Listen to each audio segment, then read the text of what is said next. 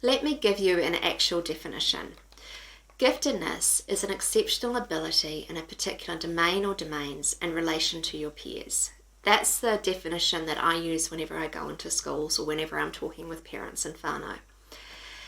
The New Zealand Ministry of Education do not give a specific definition of giftedness because giftedness is also defined by the context where you are. So the question that I often ask is, do they need something different?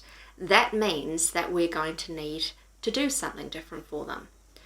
Let me give you an example of this. I walked into one secondary school and they had 45% of their Year 9 students on the gifted register.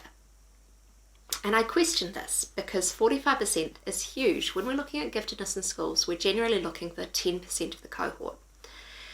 And the reason they told me that they had 45% on there was that all of those achieved a STAY 99 in their PAT tests. Now, STAY 99 is the top 4% of the country in that age group. So they said all of them are gifted. But in that context, teachers, if they have the majority of the class that are performing at a STAY 98 or STAY 99 level, they're going to raise the level of what they're teaching. So they're not actually needing anything different. So in those situations, I spoke with the school about mildly gifted versus those higher levels of giftedness and about finding out who needs something different, because that's who should be on your gifted register. If we have too many people on our gifted register, teachers don't pay attention to it and nothing gets done because we only are able to improve what we focus on. So we need to ensure that we keep those numbers around the 10% mark, which is international research stats.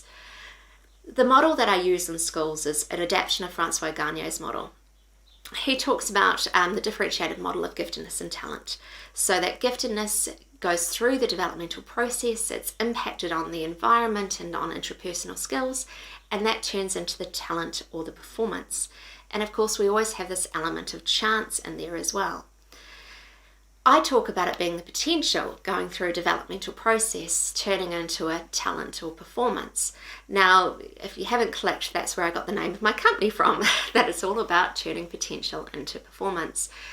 Now, inside our schools and at home, adults have control over the environment. We have the strategies that we can use in regards to moving kids forward, but we also have strategies that move them back.